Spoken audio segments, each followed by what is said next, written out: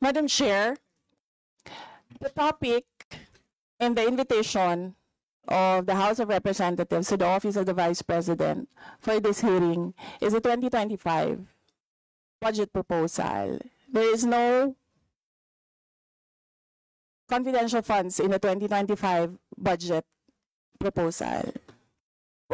For the information of the body, the letter that we sent our Madam Vice President reads as follows. In the second paragraph, we noted the following topics to be discussed.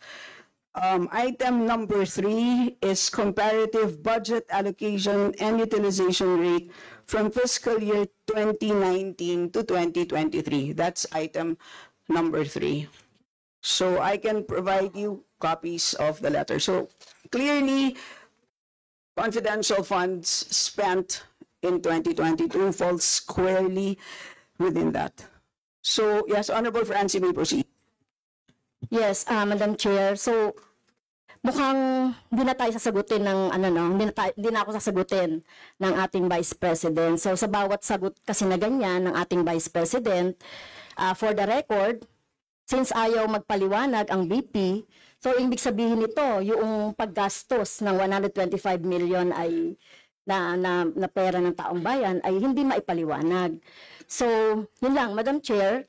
Kaya hinihiling natin sa Vice President o OVP na kailangan na maipaliwanag itong mga sinasabing item dito. Anyway, Madam Chair, sa kanila naman ang galing, no, yung utilization at confidential and intelligence fund.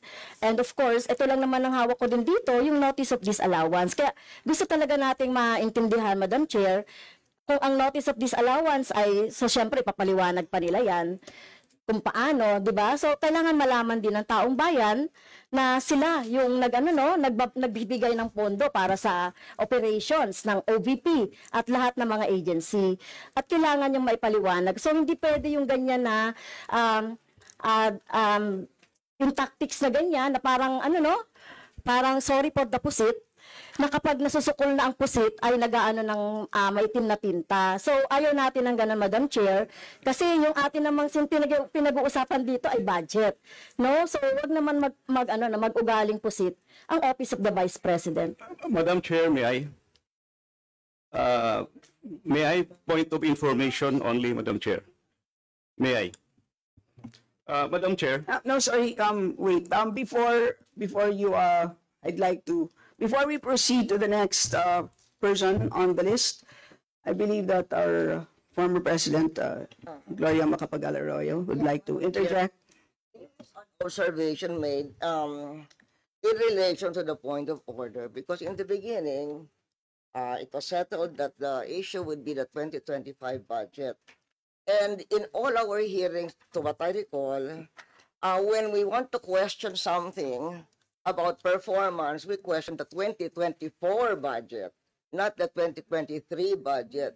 What is being questioned now is the 2023 budget, which was discussed very extensively last year. And that is the reason why the House removed the confidential funds. So that issue has already been, to my mind, for purposes of the budget hearing, laid to rest. So that's my observation, Madam Chair. We note that, Madam former President, but of course we know that yung pong pondo ng 2023 ay of course pwede pa rin maging continuing appropriation hanggang 2024. So in the same way, 2022 pwede maging continuing pa rin 2023. At alam din po natin, last year pinagdebatihan po natin ng matindi itong 2022 confidential funds, and in fact, we left a homework for the COA. Sinabi natin sa kanila na kailangan nilang tapusin ang audit by November, I believe mid-November of last year. And since then, hindi na natin alam kung ano nangyari. So that's the reason for why tinatalakay natin ito. And it's a big amount of money. I believe we owe it to the people to understand what happened. Of course, tinanggal na natin noong 2024. Gusto natin malaman, tama ba yung ginawa natin? Kasi baka naman nagkamali tayo. So I think it's worth assessing what we did in 2024 in order to know what to do in 2025.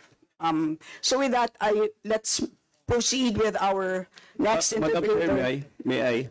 Is this just a point of order? Not a point of order, but We will I'm only, just you may wish want to to say a be, rejoinder of what our you may wish to be, unless it's a point of order, you may wish to be listed. I can put you here, sir. parliamentary inquiry, Madam Chair. Yes, you may Parliamentary inquiry. proceed. May I ask if the resource person is required to answer a question that is related to a commission on audit notice of disallowance when she already said she's not going to answer. Also, the notice of disallowance is addressed to the office of the Vice President. And just to make it clear, a notice of disallowance is not a judgment. It is a request. It is an order from the Commission on Audit for the particular office to explain what are the particulars. At saka hindi na yan legislation side. That is already on the accountability side in the budget cycle. So, my parliamentary inquiry, Madam Chair, is that nagsabi na nga siya na hindi siya sasagot and it is related to the COA notice of disallowance. And, just to add, sinabi na rin ni former President, it was thoroughly discussed in the previous year. In fact, tinanggal sa budget ng 2024 yung confidential fund. And we know that there's a pending case on that also. To discuss that further might somehow prejudice or be biased whatsoever. So, yun lang po, Madam Chair.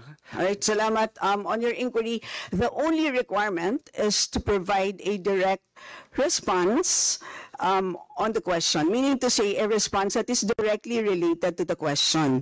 Meaning to say, kung may question at ayaw niyo pong sagutin niyo ng diretsahan na hindi po ako sasagot dun sa tanong. Ang problema po kasi, ang response ay naging hindi related dun sa tanong. Halimbawa, may tanong, ang sagot ay paglalarawan doon sa nagtanong. So hindi naman yon klaro na hindi yon directly related dun sa tanong. Kaya, yun po, I think it's a reasonable ask. If there's a question, you may or may not answer. You're not compelled. But you just please say, I do not wish to answer.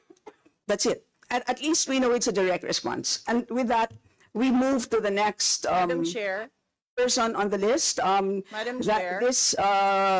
Madam Chair. Hindi na po tayo matatapos. Yan ang sinabi ko sa iyo kanina. Ayaw mo maniwala sa akin eh. Aabot talaga tayo ng bukas dito. Diba? Madam Chair. Is this an inquiry regarding? He said, Yes, and Yes, please, ma'am. I remind also our Yes, ma'am. resource persons to please act in a respectful manner. Pasensya na po, hindi po kasama sa poder ninyo ang pagpa-fire ng presiding officer ng hearing na to. So yes, you may so proceed if po. you allow members of the House of Representatives lines like what you just said, like pusit, bakit mo ako kinukrucify for saying a fact that somebody is convicted of child abuse sitting in the chair? Pusit, and then I cannot fire the presiding chair. So bakit?